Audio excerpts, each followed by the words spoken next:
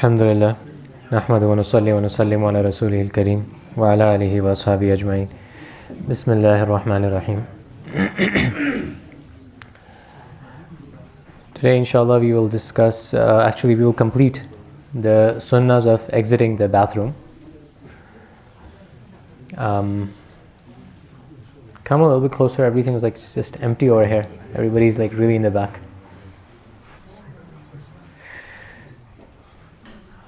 Ali, come over here, on this side, because he's praying over here. Just keep standing. No, stand. Is the frame functioning? Is it far enough? No? Okay. So let's say this is the threshold of the bathroom. It's a door. Ali is outside the bathroom. This is inside the bathroom. So when Ali enters, what does he do? One second. You're forgetting something. Your hands are already in the pocket. What? Cover my head? Okay, yeah, cover your head. That's one thing. But what about something to? Get rid of the phone. Okay. And then? Yeah, that's good. You just have to pretend. Here, you can have this so people can hear you. If you want, you can just clip it, or you can hold it. However. Okay. Yeah.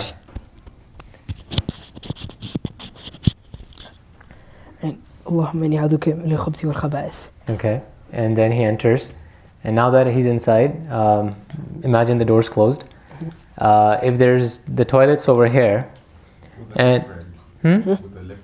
Yeah, he entered with the lift. Just reiteration. Okay, left leg.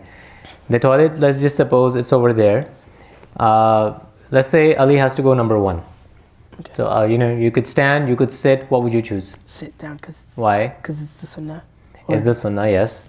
And it decreases the chances of, any sort of splash or splatter on your clothes. Yeah. Yes. So, let's suppose that, can you actually sit down?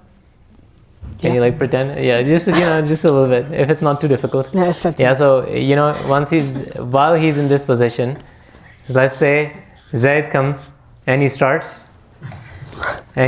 banging on the door, and he goes, "Where's my video game?" And then what does Ali do? And there you go. Oh yeah. See, Brother Abdullah cares for you too much. If it were for me, I would be like, nope. So there's also one more important thing that he did for you automatically that I wanted to catch you on, but he removed my chance. What was that? The qibla, face away from the qibla, the Yes. back and front.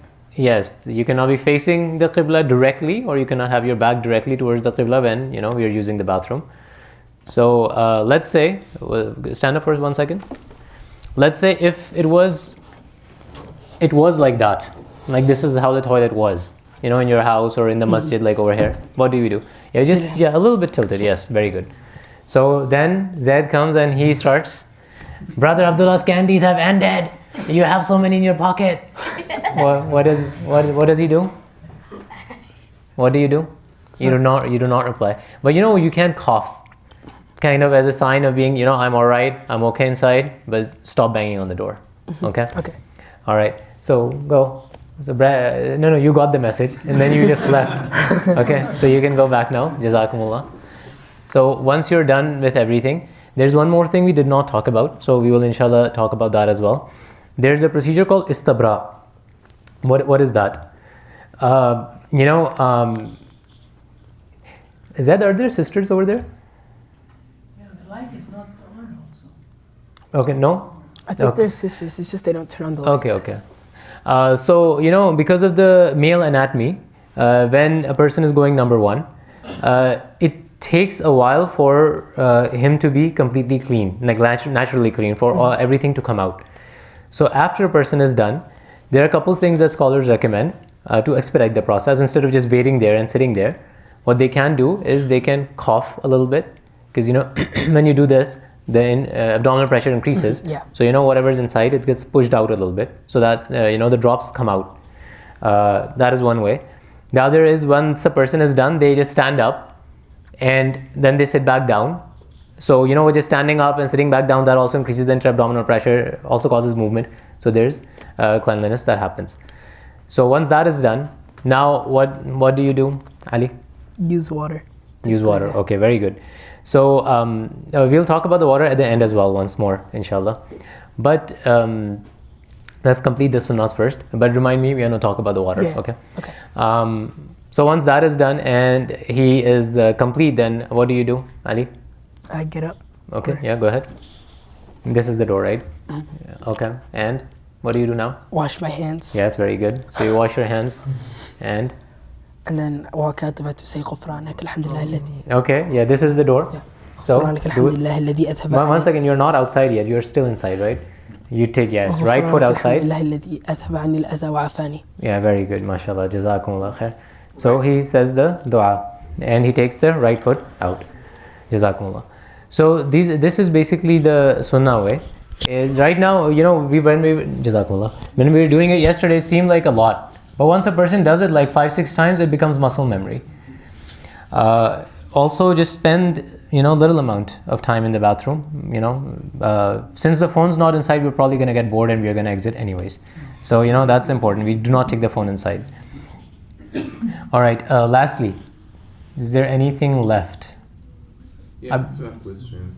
So if there is... Sorry. We'll do the questions later. But is there anything from yesterday left? Any sunnah that's left?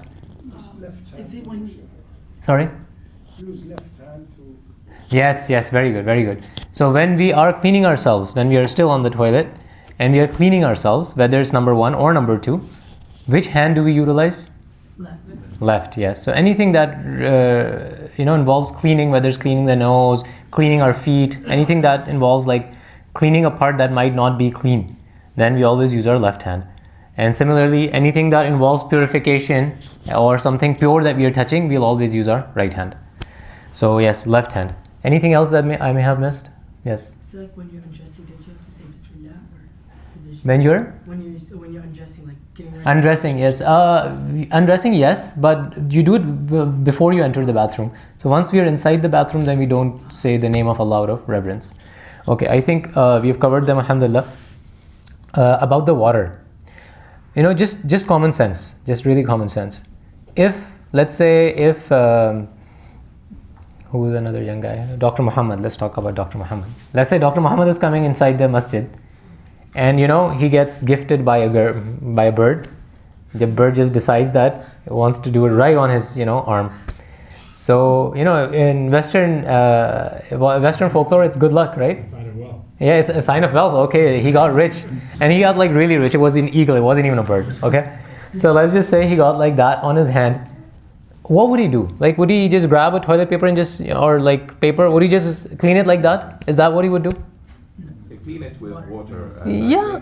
No need to redo the wudu. No, yes, of course. But gentleman said, he would clean it with water. Like, he wouldn't be satisfied with just wiping it off. So, even if there is jawaz, why I tell you about jawaz and why I tell you about recommendation, there's also an important difference. I'll tell you inshallah in a minute. It doesn't make sense for a person not to use water. And even non-Muslims now, they're installing bidets after 2020, after the toilet paper ran out in Costco in Corona. People were forced to install bidets, use water. And people who started using water, they haven't went back. So now you can actually see the bidet market flourishing, and people are using water. First. Second, medically, when you're just dry cleaning, the bacteria, they remain. Number 2, the food that we eat, they have enzymes inside of it. When we excrete our food, the enzymes remain on the skin a little bit because it touched our skin, and when it was being excreted, the enzymes, it dissolves fat, it dissolves the proteins, it starts acting on the skin, creates micro tears, because the same things that dissolve the food dissolves our skin as well. So it creates micro tears, it causes infection, like a bunch of stuff. So there's absolutely no reason for a person not to use water, even logically. So when I say that there is, like, if somebody were to not use it, and would they still be allowed to pray or not? Yes, they would be allowed to pray. But that does not mean that he shouldn't use it out of recreation or out of comfort.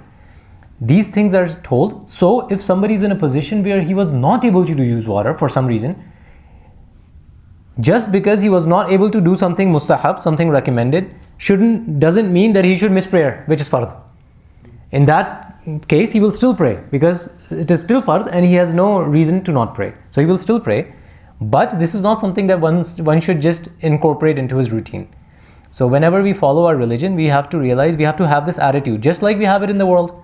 We try to utilize everything to its max. Even if you're getting like 0.5% profit, or like, you know how our cards, sometimes they have offers on them, that if you use it for transportation, you'll get 1% back, 2% back. So we try to utilize it, that card. Just 1%, 2%, that's literally nothing. But we try to utilize them. In religion, what we do, oh, this is what's getting us the full reward. This is getting us like just the bare minimum. Okay, I'm just going to do this. Why? It should be the exact opposite. We should do the best thing possible. In case we are unable to do it, okay, we can, do something. That's rukhsa. So we should always go for azima, which is the best thing, instead of rukhsa, which is the bare minimum. So may Allah Azza wa Jal enable us to follow these sunnahs. We can turn off the video and then we can take a couple questions if somebody wants. Jazakumullah khair.